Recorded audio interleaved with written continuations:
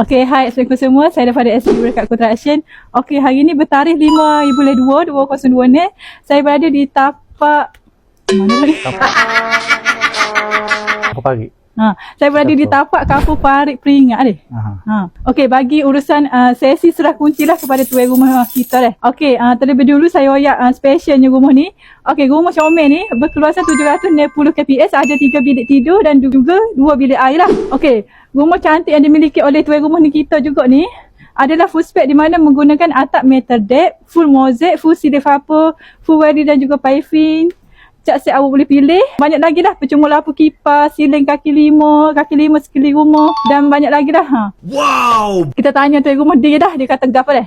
Okey, pertama kali saya nak ucapkan tahniah lah sebab siap dah rumah idaman ni, comel dah lah.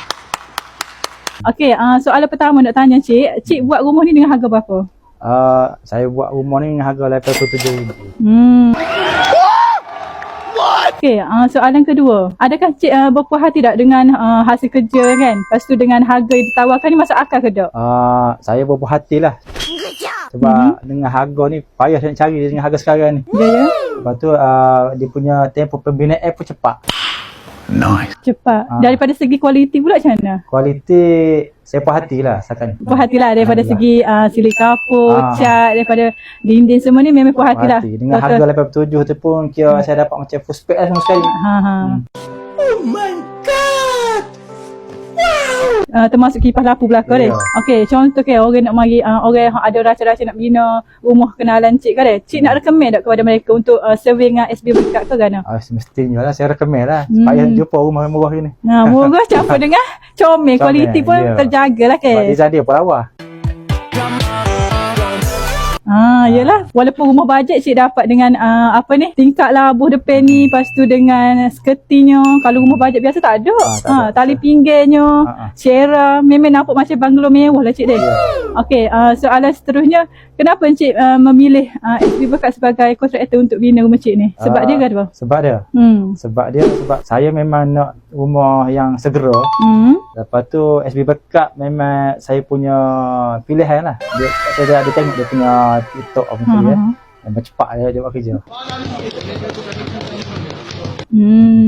Okey, soalan terakhir. Apakah perasaan cik tengok rumah siap dengan tempoh yang diberikan memang tepat lah kan? Kita tempoh bina tu cepat, lepas tu dengan kualiti ni, dengan harganya gama. Pandangan cik lah gana tengok keseluruhan daripada rumah ni? Keseluruhannya perasaan gana? Saya sebenarnya teruja sebenarnya dapat miliki rumah baru ni.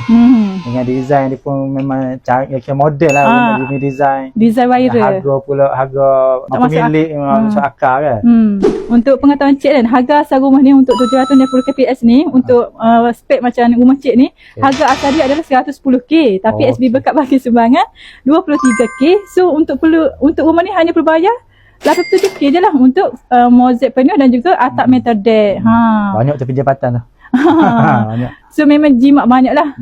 So daripada sisi cik kan rasa lepas kita ada sumbangan lagi, so jadi rumah tu jadi murah. Dengan harga rumah murah ni kira susah nak cari dengan full spec macam ni. Yelah. Betul lah. Mentah-mentah. Nak tengok part 2, sila komen. That's awak.